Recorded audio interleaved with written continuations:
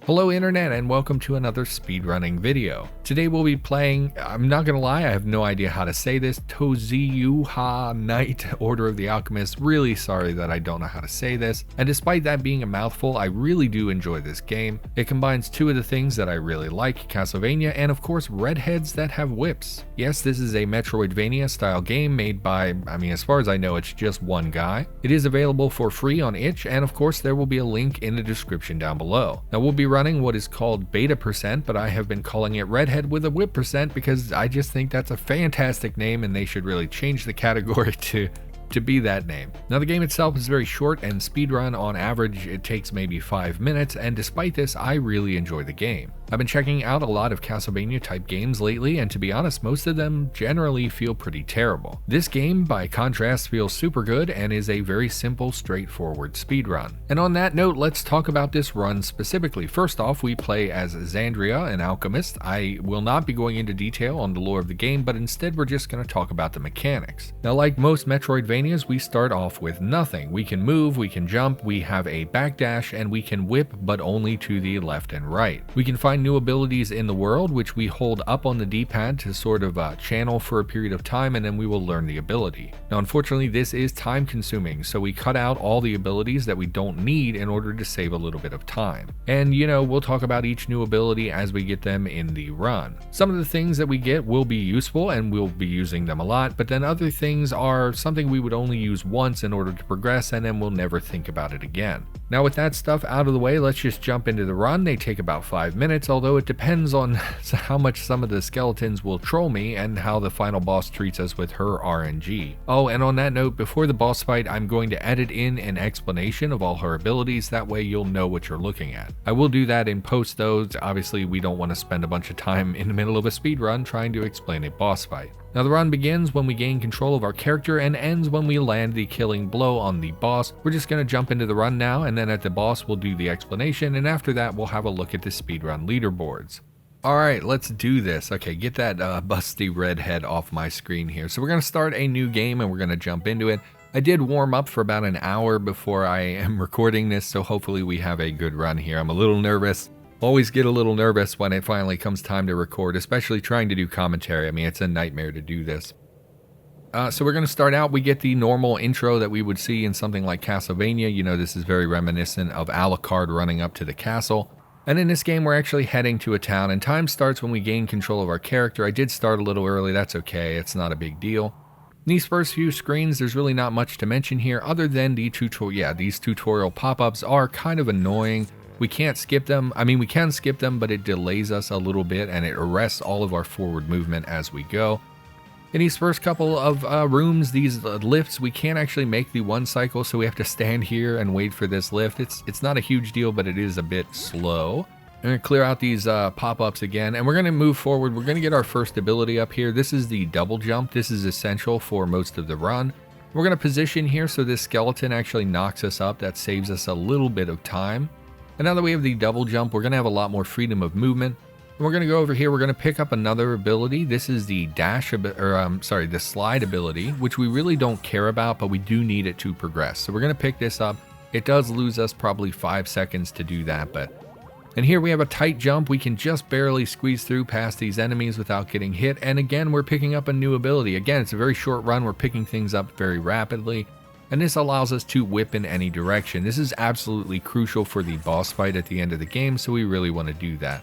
These statues, by the way, that we're passing, they allow us to save and they give us full health, which is pretty important. We're going to progress through here. Bats are a nightmare, but we know where they're going to go. And the game gives us a pop-up here about poison that is actually relevant in the boss fight, but not throughout the casual, like the actual run. We're never going to encounter any poison, so we don't have to worry about that.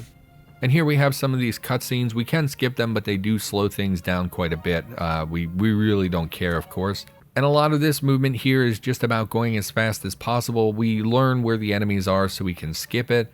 Here we get our forward dash ability. This allows us to temporarily be invulnerable. We do need this to progress, and it's absolutely crucial for the boss fight. So we are glad to pick that up.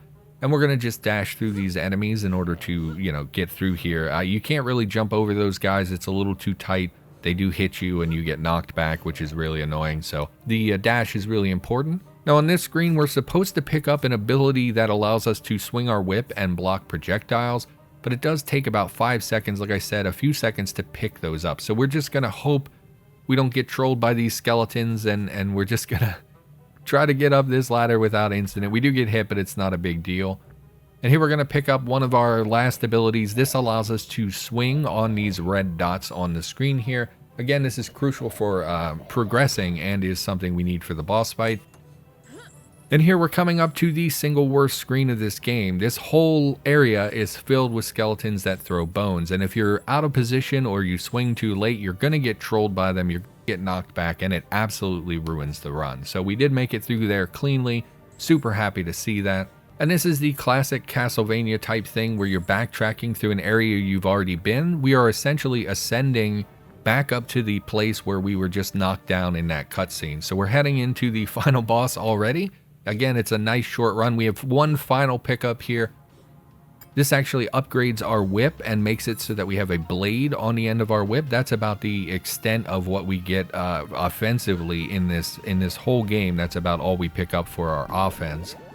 And we're already on to the boss fight. This is the final screen before the boss. And yeah, we're going to cut here to me explaining what the boss does.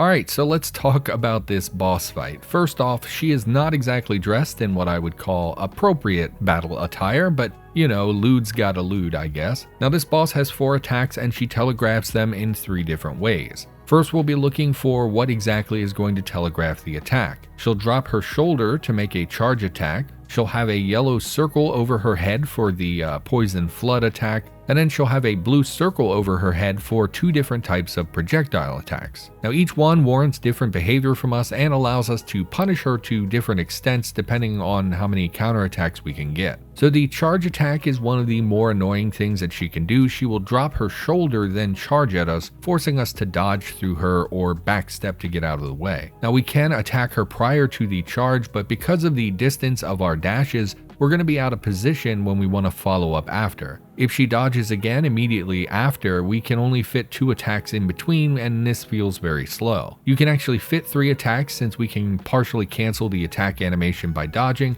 but I do tend to mess this up a lot, so I go with the 2 attacks instead because it's just a little bit safer. We really don't want to see her use this technique over and over and over. That's generally pretty bad. For the poison flood, we can actually get quite a few hits in while she's charging up, but it does depend on our position. We have to dodge this attack by swinging up onto the rings above the battlefield. Now if we do get hit, we are poisoned, which significantly reduces our damage output, and it forces us to use a potion to clear it. Since we come into the fight with only 2 potions, we need to ensure that we don't get hit too much by this attack. And then finally we have her 2 projectile attacks. At the start of the fight, she'll be using these fiery circle things, and she will shoot 3 per attack. If we're in a good position, we can jump the final projectile, which lets us get a few extra hits in. Later in the fight, after her health has been lowered to about 1/3 or maybe half, she will no longer use these projectiles and will instead switch to throwing fireballs. Now we really want her to do this attack. The initial fireball, it takes longer to appear, meaning that we can hit her more before the actual attack comes. And additionally, since the projectiles fire at our current position, we can jump in a way that allows us to get a few free hits in between the 3rd and 4th projectile. Now it's worth noting that regardless of what attack she uses, the fire circles or the fireballs, the speed of each projectile is slightly randomized, so some of them will come at you faster than others. Anyway, we can go back to the speedrun now.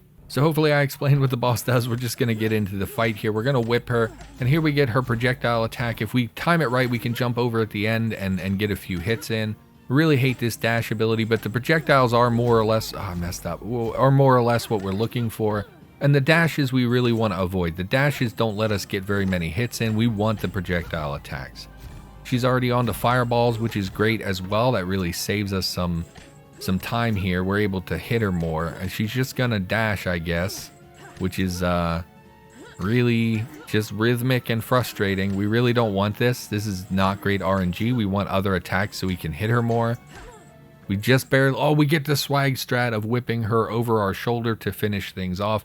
God, sorry internet, kind of fell apart there with the boss fight. I didn't have much mental power to handle that. We did get a 4:33. This is the best time that I've gotten in this game. I happen to know that this is a good time, so we're going to look at the speed board here in a moment. Let me close everything out here. And internet, that is the run. I knew we could do sub 5 minutes. I had been regularly getting times around 5:12 to 5:20, but that one skeleton screen was really trolling me, so I knew if it all came together I could do sub 5. I'm really happy about this run.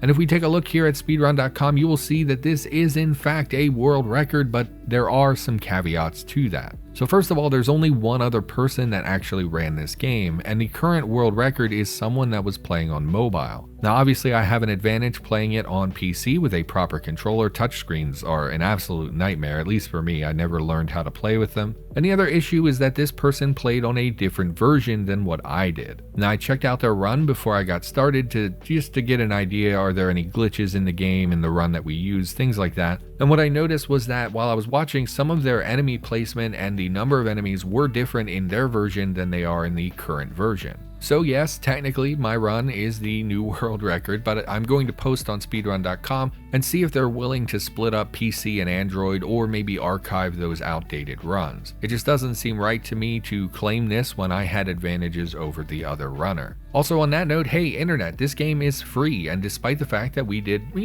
pretty okay in this run, I did make some mistakes. Someone can 100% beat my time with the current strats that we're using. Even if there are no new discoveries, clean playing can beat my time. So I would encourage you to pick up this free game. Again, link in the description down below, and that you try beating my time. Since there's no intense glitches or hard tricks, this would be a great introduction to speedrunning if you're into these sort of games. But anyway, that's enough pandering. You're gonna do whatever you like. And speaking of likes, hey, hit that thumbs up on your way out, or drop a subscribe if you like the content, and I'll be back with something new in the near future. So thanks for being here, and I'll see you next time.